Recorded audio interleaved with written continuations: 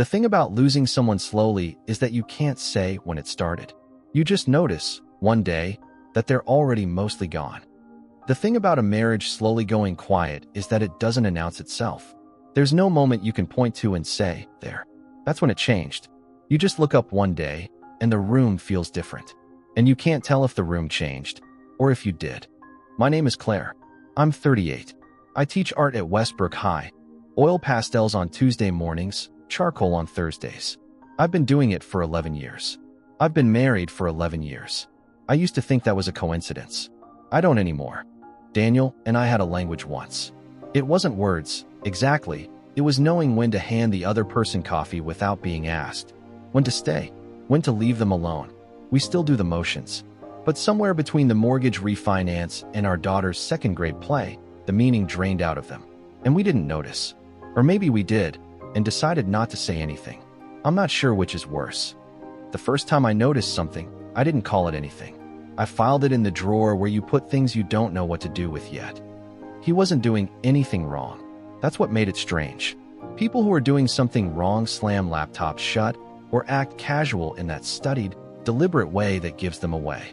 He just closed it slowly, like a reflex, like it was simply the thing you did when your wife walked in. I want to be clear, I wasn't snooping. I wasn't suspicious in the way people mean when they say suspicious. I was just awake to things I'd been sleeping through. And once you start noticing, you can't stop. The noticing doesn't care whether you want it to. Mara. She came up in a sentence about a product launch. He was telling me about a meeting. And he said her name the way you say the name of someone you've been thinking about without realizing it. Slightly ahead of the sentence, like it was ready. I told myself I was just curious. And that was even true, for about 4 seconds. I wanted to find something I could be angry at. A photo, a message, evidence, something with edges. What I found was a person. A normal person who seemed warm and interesting. Who had the kind of life you'd want to read about.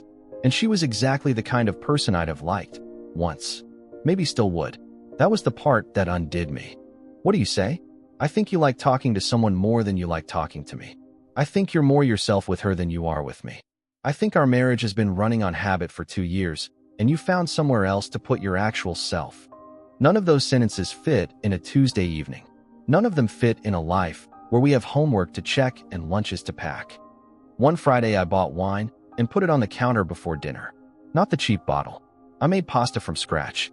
I put on the playlist from our first apartment. I was performing wanting things to be different. And he sat down and said, "This is nice," and went to check his phone while the water boiled. And I stood there holding a wooden spoon and realized I didn't know which was worse. That he didn't notice what I was doing, or that I'd needed to do it at all. I didn't plan it. We were doing the dishes. I said, "Do you ever feel like we're just going through the motions?" And he stopped scrubbing the pot and looked at me like I'd said something in another language. And then he said, "What do you mean?" Which meant he understood perfectly. He said, "I've been stressed." And I said, "About what?" And he said, "Work, the usual." And the conversation closed. But here's the thing. I'd expected him to say we're fine, or what are you talking about? He didn't. He answered a different question than the one I asked. And that was an answer. I lay next to him and I thought, he hasn't touched anyone else. He hasn't lied, exactly. He's just put himself somewhere else. Gone somewhere I don't have access to.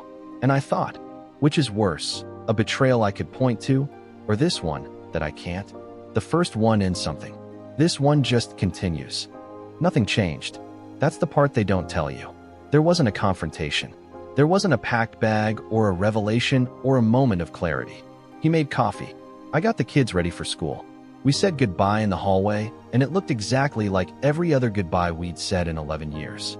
Except I knew something now that I hadn't known before, or I'd stopped pretending not to. I didn't leave. I didn't confront.